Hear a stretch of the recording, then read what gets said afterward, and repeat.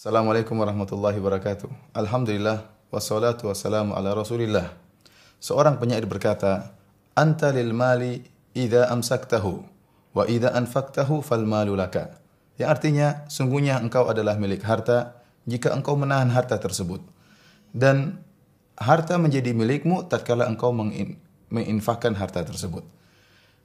Dan ini benar bahwasanya jika seorang dia mencari harta yang banyak sementara tidak dia infakkan, maka sungguhnya dialah milik harta. Kenapa? Dia bekerja keras untuk mencari harta tersebut, dia tunduk kepada harta tersebut, sementara harta tersebut bukan miliknya.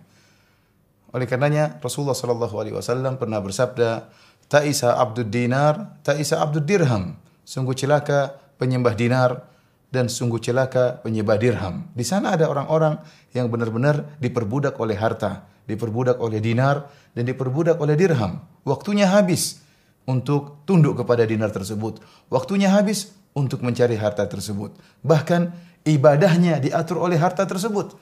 Kapan hartanya mengatakan tunda ibadahmu, kapan hartanya mengatakan tinggalkan ibadahmu, maka demi harta dia akan tinggalkan ibadahnya. Demi harta dia akan tunda-tunda ibadahnya. Maka benarlah sabda Nabi SAW, "Ta'isa abdud dinar, ta'isa abdud dirham."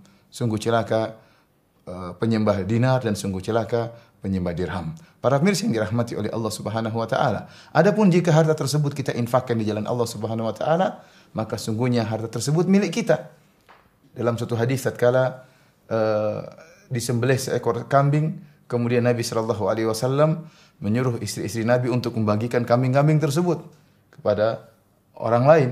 Maka setelah dibagikan kambing tersebut, Nabi SAW bertanya kepada Aisyah radhiyallahu taala anha, "Ma baqiya minha?" Wahai Aisyah, daging apa yang masih tersisa dari kambing tersebut? Bagian mana dari daging tersebut yang masih tersisa? Maka kata Aisyah, "Ma baqiya minha ghairu katifiha."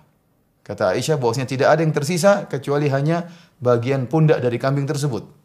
Maka Nabi SAW mengatakan, "Baqiya kulluha ghairu katifiha."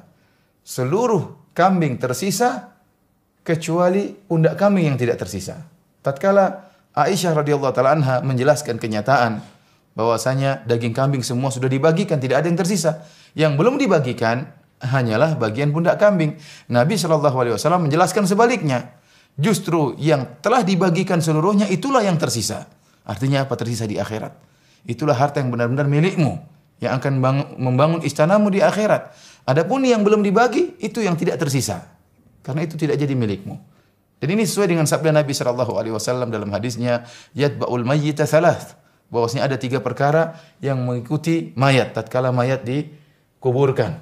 Yaitu ahluhu wa maluhu wa amaluhu. Yang mengikuti mayat tersebut adalah keluarganya, kemudian adalah hartanya, dan juga amalannya. Fayarji'ul ithnan wa yabqa wahid. Kata Nabi SAW, maka yang 2 akan kembali. Apa 2 perkara tersebut yang akan kembali?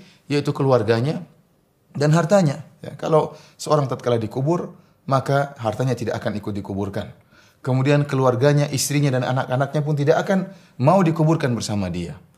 Akan tapi yang tersisa bersama dia adalah amalnya. Amalnya yang akan ikut dikuburkan bersama dia.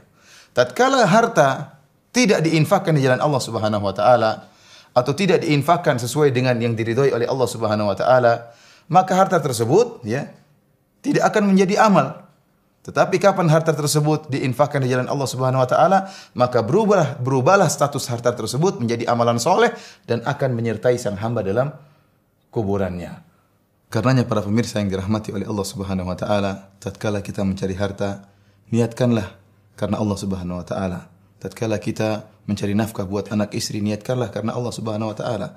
Tatkala kita memiliki harta, mengumpulkan harta, maka niatkanlah bahwasanya harta tersebut akan kita gunakan sebagiannya untuk di jalan Allah Subhanahu wa taala.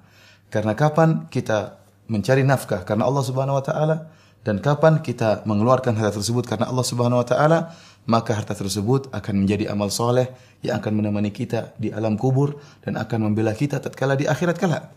Akan tapi sebaliknya, jika ternyata harta tersebut tidak kita niatkan karena Allah Subhanahu wa taala, kita gunakan hanya sekedar dalam rangka berfoya-foya, tidak ada tujuan yang jelas, kita membangun rumah-rumah yang tinggi tanpa niat karena Allah Subhanahu wa taala, kita kumpulkan harta yang begitu banyak, tanah, emas, dolar, rupiah, bukan karena Allah Subhanahu wa taala, maka sungguhnya harta yang kita kumpulkan tersebut akan menjadi bumerang bagi kita di akhirat kelak, akan memperberat hisab kita di akhirat kelak, karena Allah Subhanahu wa taala berfirman, "Tsumma latus'alunna yauma idzin 'anin na'im." Sungguhnya kalian benar-benar akan ditanya oleh Allah Subhanahu wa taala atas segala nikmat yang kalian rasakan. Wabillahi taufik. Assalamualaikum warahmatullahi wabarakatuh.